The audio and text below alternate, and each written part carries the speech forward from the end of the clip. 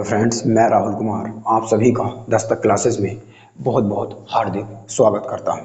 तो आज के इस वीडियो में हम ऑर्गेनाइजेशन का यानी कि अंतर्राष्ट्रीय संगठन और उनके मुख्यालय का पार्ट नंबर 8 कवर करेंगे, जिसमें हम जानेंगे इंडियन ओशियन रिम एसोसिएशन और ओपेक के बारे में। आइए शुरू करते हैं। तो फर्स्ट ऑफ ऑल पहला हमारा जो अंतर्राष्ट्रीय संगठन है वो है इंडियन ओशियन रिम एसोसिएशन यानी कि हिंद महासागर क्षेत्रीय सहयोग संगठन। सबसे पहले हम ये जानने की कोशिश करेंगे कि आखिरकार इंडियन ओशियन रिम एसोसिएशन को क्यों बनाया गया था। जैसे कि दोस्तों इसके नाम से ही पता चल रहा है इंडियन ओशियन यानी कि हिंद महासागर। तो आखिरकार अर्थात यह उन क्षेत्रीय कंट्रीज का ग्रुप है या उन देशों का ग्रुप है जो इंडियन ओशियन यानी कि हिंद महासागर से जिनकी सीमा लगती है। और हिंद महासागर की जो सीमा है वो 3 कॉन्टिनेंट यानी कि 3 महाद्वीप से लगती है, अफ्रीका, एशिया और ऑस्ट्रेलिया। तो अफ्रीका महाद्वीप, ऑस्ट्रेलिया महाद्वीप और जो एशिया महाद्वीप है, उन तीनों की जो कोस्टल कंट्री हैं जिनकी सीमा हिंद महासागर से लगती हैं, वही कंट्री इसका सदस्य है आफ्टर पाकिस्तान यानी कि पाकिस्तान को छोड़कर। तो आइए इसे जानते हैं। तो जैसे कि हमने बताया IORA यानी कि इंडियन ओशियन रिम एसोसिएशन यानी कि हिंद महासागर क्षेत्रीय सहयोग संगठन, यह इसका हिंदी नाम है।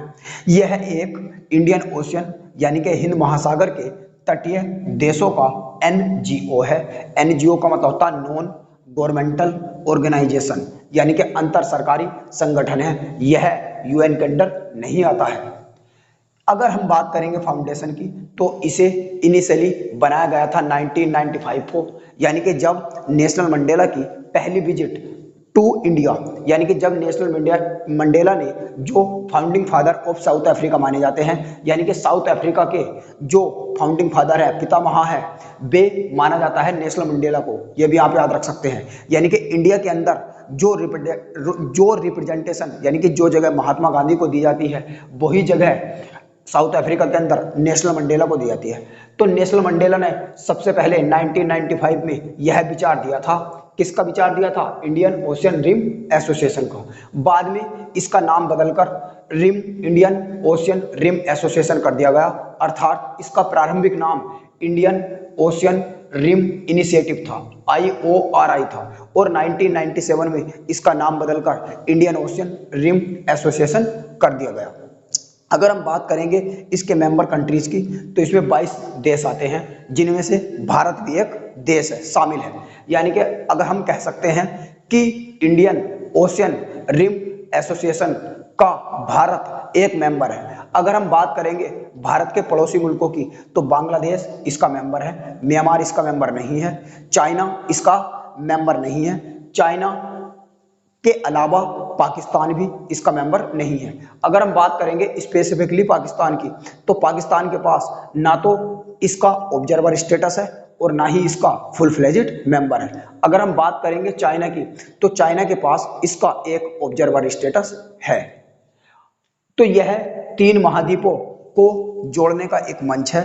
और यह क्या काम करता है? यह जो आर्थिक क्षेत्र के लिए बढ़ावा देने का काम है, ट्रेड यानी कि व्यापार और आर्थिक निवेश जिनकी सीमा हिंद महासागर से लगती है, उनमें आपस में ट्रेड और क्षेत्रीय वार्ता को संगठन को बनाया गया था। यानी कि इस संगठन को क्षेत्रीय वार्ता और निवेश के लिए बनाया गया था। अब हम ये जानने की कोशिश करते हैं दोस्तों कि इसमें कौन कौन से देश शामिल हैं, यानी कि कौन कौन से देश ऐसे हैं जो इंडियन ओशियन रिम एसोसिएशन के सदस्य हैं। तो इंडिया है, बांग्लादेश है, श्रीलंका है, केनिया, ऑस्ट्रेलिया और Madagascar, Oman, Iran, Malaysia, Maldives इत्यादि यही इसके सदस्य हैं। आपको यह याद रखने की जरूरत नहीं है, बस आप 2 चीज याद रखें कि इसका नाम और इसका मुख्यालय और इसकी स्थापना कब की गई थी और इसकी जो कॉन्फ्रेंस है आने वाले, ये आपको याद रखनी है। अगर हम बात करेंगे कॉन्फ्रेंस की, इसके सम्मेलनों की, तो इसका जो सम्मेलन 2018 का हुआ था वो मॉरिशस में हुआ था और 2019 का जो इसका सम्मेलन था वो new Delhi capital of India में हुआ था।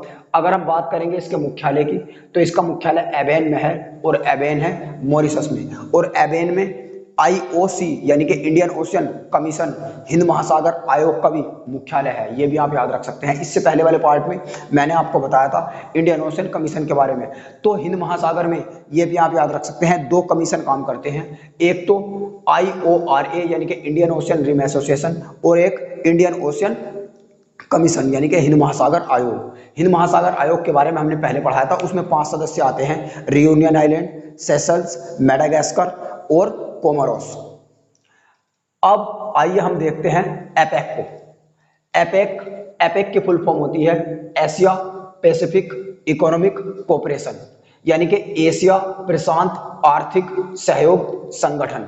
और इसे भी हम कह सकते हैं दोस्तों, यह भी कुछ इंडियन ओशियन रिम एसोसिएशन जैसा ही एक संगठन है। जैसे कि इसमें आ रहा है एशिया पैसिफिक, तो जो हमारा इंडियन ओशियन रिम एसोसिएशन था उसमें इंडियन ओशियन इनके हिंद महासागर को टारगेट करा गया था। और जो हमारा एशिया पैसिफिक इकोनॉमिक कोऑपरेशन है, यह एक आर्थिक मंच है, और यह किसे टारगेट करेगा?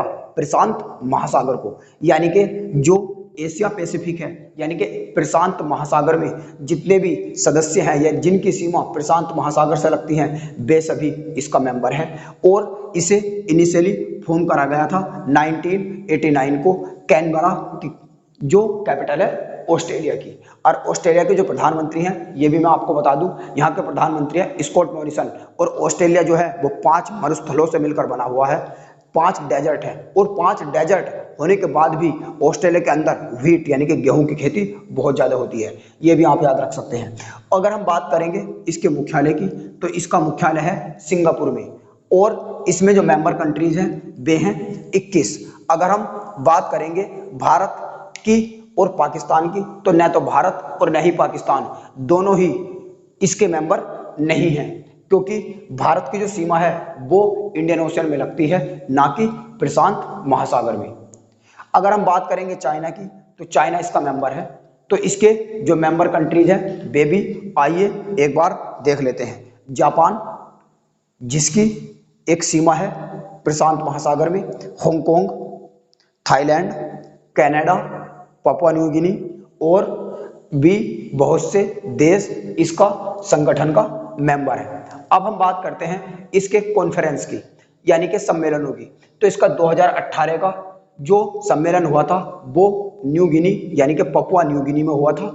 और 2019 का जो होना था चिले में नहीं हो पाया, अगेंस्ट ऑफ प्रोटेस्ट, यानी कि चिलो में उस टाइम पे आंदोलन चल रहे थे, जिसके कारण 2019 का जो इसका सम्मेलन है वो कैंसिल कर दिया गया था अकॉर्डिंग टू चिले। और इसका 2020 का जो सम्मेलन होगा वो होगा मलेशिया की राजधानी कुआलालंपुर में। तो आज के इस वीडियो में दोस्तों इतना ही। हम मिलते हैं आपसे अगले एपिसोड में। तब तक के लिए नमस्कार। हमारे चैनल को सब्सक्राइब करें और अधिक से अधिक शेयर करें, जिससे कि आपके जो दोस्त हैं वे भी इस वीडियो का फायदा उठा सकें। नमस्कार।